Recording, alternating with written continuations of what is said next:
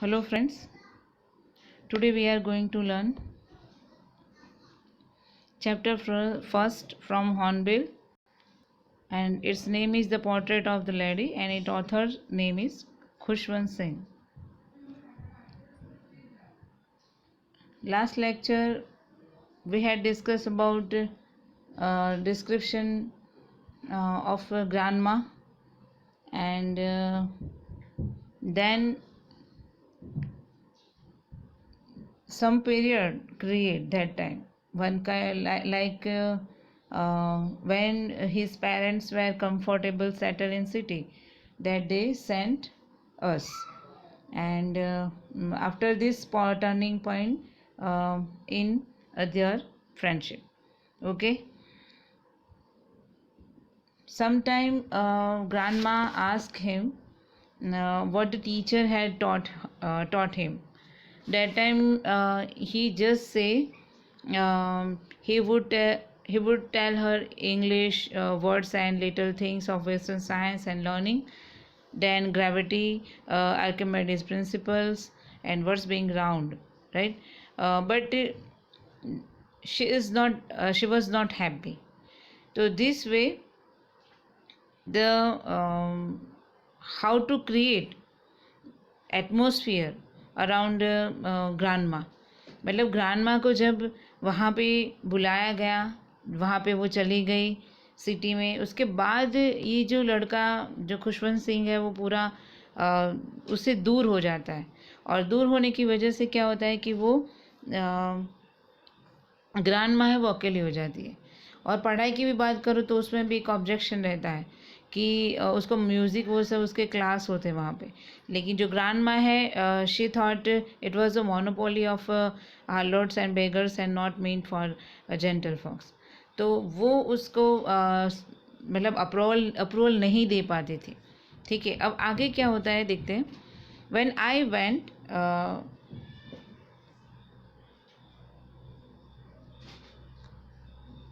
yes, here is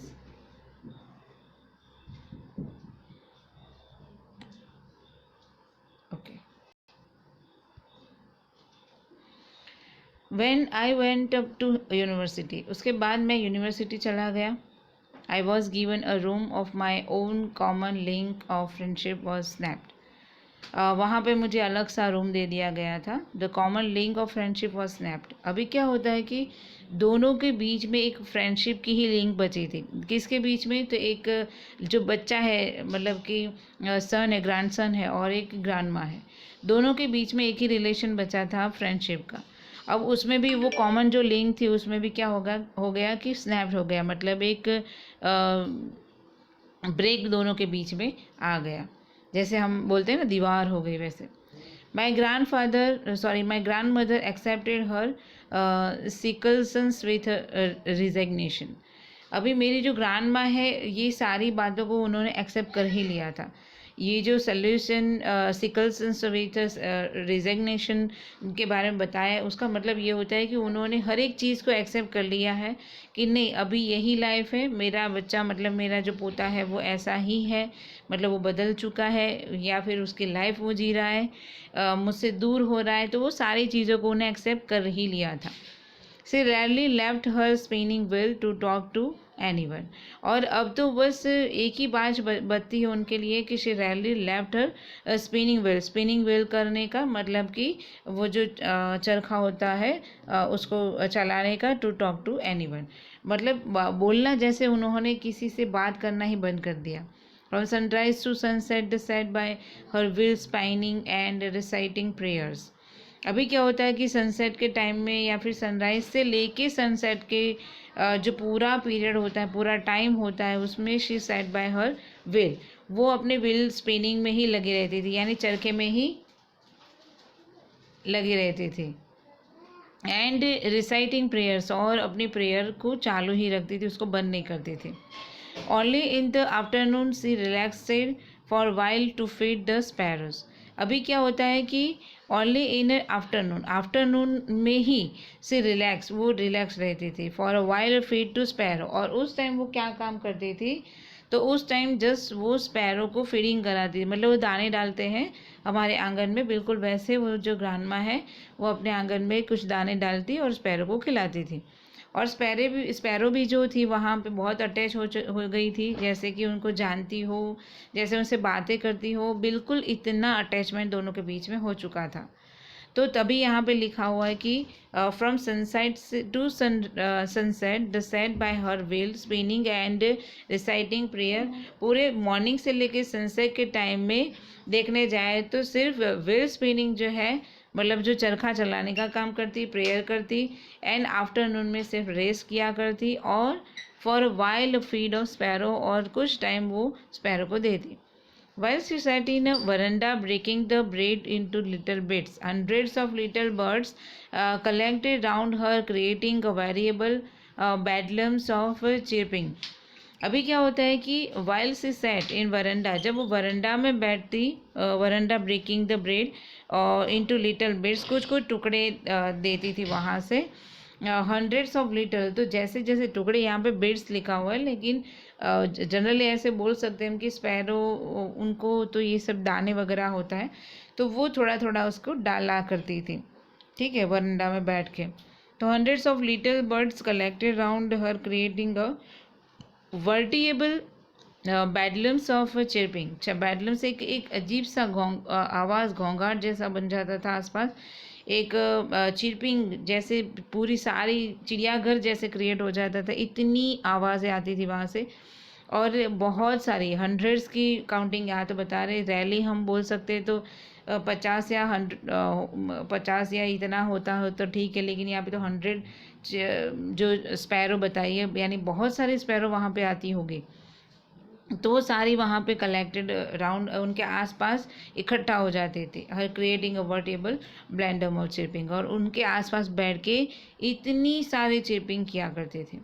Some came and perched on her legs, but never shoo them away. It used to be a happiest half hour of the day for her.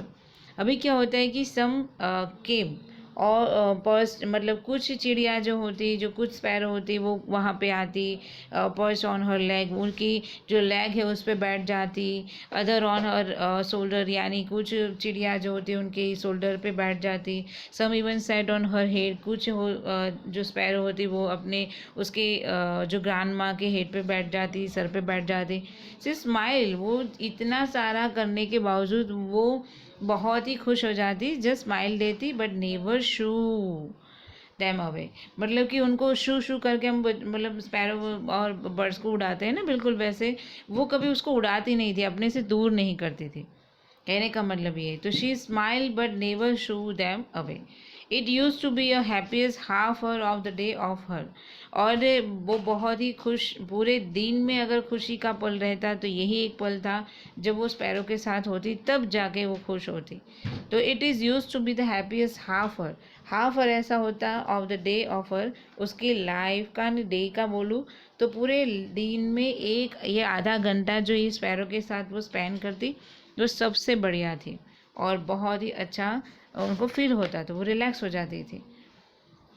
When decided to go abroad for further studies, अभी क्या होता है कि खुशवंत सिंह जो है उनको abroad पढ़ाई करने के लिए जाना पड़ा, क्योंकि यूनिवर्सिटी में उन्होंने पढ़ाई कर ली, अब अब्रॉड उनको जाना था। तो उन्होंने ऐसा लिखा है कि when I decided to go abroad, जब मैंने डिसाइड कर लिया अब्रॉड जाने का, फर्दर स्टडी आगे पढ़ाई करने के लिए, तो I was sure my grand mother would be upset, तो मुझे इतना पक्का पता था कि मेरी जो ग्रैंड माँ है उनको बिल्कुल पसंद नहीं आएगा, वो अपसेट हो जाएगी, दुखी हो जाएगी। I would be away for 5 years, और मुझे वहाँ पे 5 years रहना था। And at her age of one could never tell, और मतलब कहने का कि क्या, एज के मुताबिक उन्होंने उस टाइम कुछ नहीं बोला, but my grand mother could, she would not even sentimental, लेकिन उन्होंने तो मतलब इतना कुछ जैसे बोलते हैं ना इमोशनल हो जाना, सेंटिमेंटल मतलब इमोशनल हो जाना, तो वो बिल्कुल इमोशनल नहीं हुई। She came to leave me at the railway station, वो मुझे रेलवे स्टेशन रखने के लिए आई, but did not talk to show any emotion, लेकिन उन्होंने अपने चेहरे से, आँखों से या अपनी वर्ड से कोई इमोशन जाहिर नहीं किए, कोई इमोशन को उन्होंने दिखाया नहीं। ठीक है, कहने का मतलब क्या है कि जब ये जो क्या नाम है इसका, खुशवंत सिंह, यस, तो खुशवंत सिंह जो है उन्होंने जब डिसाइड किया कि मुझे अब्रॉड जाना है, तो I was sure my grand mother would be upset. तो उनको लगा कि नहीं, मेरी ग्रैंड माँ है वो बिल्कुल अपसेट हो जाएगी। और ये तो 5 इयर्स तक उनको वहाँ पे रहना था, लेकिन उस टाइम ज़रूर कुछ बोलेगी, लेकिन सच में वो तो कुछ बोली भी नहीं। She was not even sentimental, और ना ही वो इमोशनल हो चुकी थी। और उनको रखने के लिए वो कहाँ पे आई थी, तो she came to leave me at a railway station. वो उनको रखने के लिए रेलवे स्टेशन तक आई थी, और वहाँ पे भी डिड नॉट टॉक, कुछ बोली भी नहीं। सो एन इमोशन, ना ही कोई इमोशंस उन्होंने शो अप किए, यानी कि दिखाए। हर लिप्स मूव इन प्रेयर, उनकी लिप्स सिर्फ प्रेयर में लगी रहती थी उस टाइम भी, जब वो रेलवे स्टेशन आए तब भी। Her mind was lost in prayer, और उनका जो माइंड है वो प्रेयर में ही था। एक्चुअल में वो उनकी बॉडी ज़रूर मेरे सामने थी, लेकिन वो उनका जो प्रेयर थी वो उनमें ही खोए हुए थे। लॉस्ट इन प्रेयर, अपनी प्रेयर में ही खोए हुए थे। उनको इतना, मतलब सिर्फ इतना पता था कि वो अपने जो ग्रैंडसन है उसको रखने के लिए आए, लेकिन इतना वो उनको दर्द जो पहले हुआ करता था वैसा दर्द नहीं हो रहा है, क्योंकि दोनों के बीच में एक दरार जैसे बन गया है, एक गैप बन गई है। दोनों के बीच में एक फ्रेंडशिप जैसा रिलेशन था, उसमें भी बहुत बड़ा स्नैप आ चुका है। तो अब तो कुछ बचता ही नहीं है रोने का या फिर वो इमोशन दिखाने का। तो ग्रैंड माँ ने ये सारी चीज़ों को एक्सेप्ट कर लिया है कि नहीं, अब मैं अकेली हूँ, मेरा कोई फ्रेंड नहीं है। ठीक है, तो she came to leave railway station, did not talk any emotion, no show of any emotion, even her lips move in prayer and her mind was lost in prayer। वो सिर्फ अपने लिप्स से prayer ही किया करती थी, और उनके mind से देखने जाए तो वो वहाँ पे एब्सेंट थी, क्योंकि उनका माइंड कहाँ पे खोया हुआ था, तो प्रेयर में खोया हुआ था। हर फिंगर्स वेर बिजी, और उनके जो फिंगर्स थी वो busy telling and the bits of a rosary. उनकी जो फिंगर्स थी वो बिजी थी कि इसमें टेलिंग और बिट्स ऑफ अ रोजरी, यानी कि उनके जो मंत्र जाप, वो जाप करते हैं ना माला पकड़ के, तो वो पकड़ के उनका वो टेलिंग वो चालू था उनका। Silently she kissed my forehead, और बिना बिना कुछ बोले उन्होंने मुझे किस कर लिया, मेरे जो फोरहेड पे किस कर लिया। मतलब अभी भी एक अजीब सा रिलेशन दोनों के बीच में है, और शायद से वो वन साइड है। और वन साइडेड कहाँ पे, तो ग्रैंड माँ की तरफ से है, क्योंकि लड़का जो है शायद से, मतलब राइटर खुद बोल रहे हैं जैसे मैं प्रैक्टिकल हो चुका है, ऐसा कहने का मतलब है। क्योंकि ग्रैंड माँ भले कुछ बोल नहीं रही, लेकिन अभी भी शायद से कुछ चीज़ों से जुड़ी हुई है। तो silently she kissed my forehead, उन्होंने मेरे सर पे किस किया। And when I left cherish the moist impressed as perhaps the last sign of physical contact between us. कहने का मतलब कि जैसे उन्होंने साइलेंटली फोरहेड पे किस किया, तो when I left the cherish, और जब जैसे मेमोरी ही चली गई, आई लेफ्ट चेरिश, ये मेमोरी ही जैसे लेफ्ट हो रही थी मेरे से। द मोस्ट इम्प्रेस्ड परहैप्स, हो सकता है कि last sign of physical contact between us, हम दोनों के बीच में जो फिजिकल कॉन्टैक्ट एक जो था, एक ममता का बोल सकते हैं, इमोशन का बोल सकते हैं, फीलिंग्स का बोल सकते हैं, और फिजिकली देखने जाए तो ये शायद से लास्ट टाइम होगा, ऐसा मैंने सोच लिया था। ऐसे जस्ट लगा, ऐसे साइन लग रही थी, क्योंकि ग्रैंड माँ की वैसे भी एज बहुत हो चुकी थी, और एज हो जाने की वजह से हो सकता था कि वो इतना लंबा खींच भी ना पाए, और अभी तो कुछ बोल भी नहीं रही है। मतलब बहुत कुछ है जो उनके अंदर था, जो शायद से वो शेयर नहीं कर रही है। ठीक है, तो ये बात यहाँ पे बताई है। उसके बाद देखें तो but that was not so, ऐसा कुछ नहीं था। After 5 years I came back home, मैं 5 साल के बाद घर पे आया। I was met by her at the station, और मैं जब मिला तो स्टेशन पे ही मिला। She did not look a day older, वही चेहरा, वही उनकी जो लुक्स जो सालों से वो देख के आ रहे, वही था, लेकिन अभी वो रौनक नहीं थी जो देखने के बाद रौनक आती है ना। तो she did not look a day older, पहले वाले जैसे टाइम या वैसा नहीं दिख रहा था कुछ। She still had no time for words, and while she clasped me in her arms, I could hear her reciting her prayers. कहने का मतलब क्या है कि she did not look a day older, she still had no time of words for words. कुछ ऐसे period ही नहीं, कोई टाइम ही नहीं है वर्ड्स के लिए। while she claps, मतलब कि जस्ट उसने अपने कैसे हग नहीं किया, लेकिन जकड़ लिया अपने पास। जो ग्रांड माँ है उन्होंने मुझे जकड़ लिया अपने हो सकता है कि हाथों से, राइट, इन हर आर्म्स, यस लिखा है इन हर आर्म्स, उनके आर्म मतलब उनके हाथों में मुझे जकड़ ज़रूर लिया, पकड़ लिया। I could hear her reciting her prayer, और मैं सुन सकता था उनकी वो जो प्रेयर जो साइलेंटली वो करती रहती थी always. Even on the first day of my arrival, her happiest moment were with her sparrow, whom she fed longer, and with fabulous ribbons. कहने का मतलब क्या है कि मैं इतने सालों के बाद वापस आया, लेकिन बहुत सारी खुशी होनी चाहिए।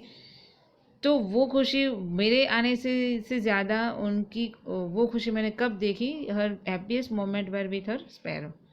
वो सारी जैसे खुशी अभी वो स्पैरो में देखने लगी थी, तो स्पैरो के साथ उनको मैंने वो खुशी शेयर करते हुए देखा। तब मैंने उनको देखा कि वो इस टाइम पे यहाँ पे खुश होती है जो पहले मेरे साथ हुआ करती थी। होम शी फेड लॉन्गर, बहुत टाइम से वो वहाँ पे खिलाती, एंड विथ फेबुलस रिबक्स, एक हल्का धमका। फेबुलस रिबक का मतलब होता है कि धीरे से धमकाना, ठीक है, जो लगे भी नहीं, किसी को हर्ट भी ना करे, ऐसे वो धमकाना। एक लव होता है, वन काइंड ऑफ लव, जो इस तरह का लव वो दिखा रही है यहाँ पे। तो यहाँ पे देखिए क्या देखा, तो जब राइटर है वो यूनिवर्सिटी जाना था उनको, उनका अलग से रूम वहाँ पे मिला। जो ग्रैंड माँ है उन दोनों के बीच में एक फ्रेंडशिप का रिलेशन था, वहाँ पे भी स्नैप हो चुका था। अब क्या है कि उन्होंने सारी चीज़ों को एक्सेप्ट कर लिया कि नहीं, अब मैं अकेली हूँ, बच्चा अभी अलग है। उसके बाद सिर्फ उनका काम क्या रहता है, तो वो प्रे करना, स्पिनिंग व्हील करना, किसी से बात नहीं करना। सनराइज से लेके सनसेट तक वो पूरा स्पिनिंग का काम करते, रिसिटिंग प्रेयर ही करती, यानी कि भगवान का नाम लेते। जब आफ्टरनून का टाइम होता, जब वो रिलैक्स थोड़ा करती, उसके बाद वो बर्ड्स के साथ टाइम स्पेंड करती, हाफ आवर उनको कुछ breaking bread into little bits थोड़ा थोड़ा उसको देती, उससे बातें करती, जैसे उनसे बातें करती हो ऐसा लगता। और उनकी चारों ओर जैसे चिरपिंग की ही आवाज़ रहती, इतनी सारी चिड़िया, 100 से भी ज़्यादा यहाँ पे तो बोलना चाहते कि इतनी सारी स्पैरो वहाँ पे आती थी। कुछ उनके लेग्स पे बैठ जाती थी, कुछ उनके शोल्डर पे, कुछ हेड पे, और फिर भी उस टाइम वो सिर्फ स्माइल करती, नेवर शू, वो नहीं बोलती कि आप चले जाओ। तो ये उनका हैप्पीएस्ट मोमेंट रहता था पूरे दिन में, सिर्फ हाफ आवर। देन जो राइटर है वो उन्होंने डिसाइड किया कि नहीं, अब मुझे स्टडी के लिए अब्रॉड जाना है। तो अब्रॉड जाने के लिए वो श्योर थे, उनको चिंता थी ही कि ग्रैंड माँ को ये बिल्कुल अच्छा नहीं लगेगा, वो दुखी हो जाएगी, वो अपसेट हो जाएगी। और ये तो 5 साल की बात थी, लेकिन ग्रैंड माँ ने अपना कोई रिएक्शन नहीं दिया, कुछ ना बोली। वो रेलवे स्टेशन पे रखने के लिए गई तो कोई इमोशन उन्होंने नहीं दिखाया, सिर्फ उन्होंने अपने मुंह पे प्रेयर की स्टार्टिंग रखी, मतलब उनके जो मूवमेंट जो होते हैं प्रेयर के लिप के लिए, सॉरी लिप जो है वो प्रेयर के लिए, वो कंटिन्यू ही रहा उनके माइंड में, जैसे प्रेयर में वो खोई हुई थी, लॉस्ट इन प्रेयर। और उनके जो फ्री फिंगर्स जो थी वो बिट्स ऑफ हर रोजरी, जैसे वो बोलती जाती और वो मंत्र जाप किया करती, माला जपती रहती थी। तो बिल्कुल साइलेंटली सिर्फ वहाँ पे उन्होंने इतना ही किया, किस किया। उस टाइम राइटर को लगा कि ये फिज़िकल कांटेक्ट जो हम दोनों के बीच में है वो शायद से लास्ट होगा, क्योंकि पता नहीं अब इसके बाद मैं देख भी पाऊँगा कि नहीं। लेकिन आफ्टर 5 इयर्स फिर से वो वापस आते हैं। दादी उनको, मतलब जो ग्रैंड माँ है, उनको लेने के लिए जाती है, लेकिन उनके चेहरे पे वो रौनक नहीं थी जो पहले हुआ करती थी, ना ही कोई वर्डिंग था। और जस्ट उन्होंने हाथ से उनको पकड़ा, राइटर को पकड़ा ज़रूर था, और उस टाइम भी ये जो राइटर है उनके मुंह से ये कि रिसिटिंग हर प्रेयर्स, उनकी प्रेयर उनको सुनाई देती थी, क्योंकि वो प्रेयर स्टार्ट ही रहती थी, मतलब चालू ही रहती थी, कंटिन्यू रहती थी। और जब फर्स्ट डे से, मतलब जब उनका आने के लिए जो देखा उन्होंने कि उनके आने से जो खुशी होनी चाहिए उससे ज़्यादा वो हैप्पी कहाँ पे थी, तो वो स्पैरो को जब फीडिंग कराती थी तब। तो ये सबसे स्पेशल और बेस्ट मोमेंट था उनके लिए, जो बहुत ही रेयरली बहुत टाइम के बाद देखने को मिला। और ख़ास तौर पे राइटर को, क्योंकि राइटर जो सोचते थे बिल्कुल वैसा नहीं हुआ, बिल्कुल अलग हो गया। जैसे जो ग्रैंड माँ है उन्होंने उस चीज़ को एक्सेप्ट कर लिया था कि नहीं, अभी मुझे ऐसे ही रहना है, मेरा कोई फ्रेंड नहीं है। तो ये सारी चीज़ें यहाँ पे दिखाई है। Thank you so much.